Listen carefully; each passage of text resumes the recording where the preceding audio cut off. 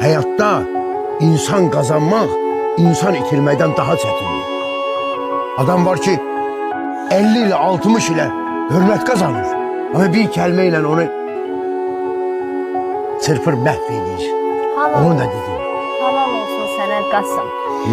İndi sən sözlü dedin, amma əsas odur ki, görəsən onlar o sözdən bir dərs götürdülərmi?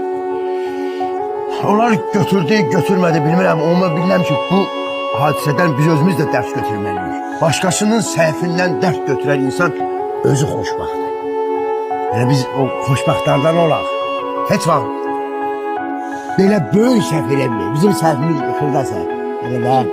Yüngül, belə evdə. Yorğunsan. Yorğunum, ha.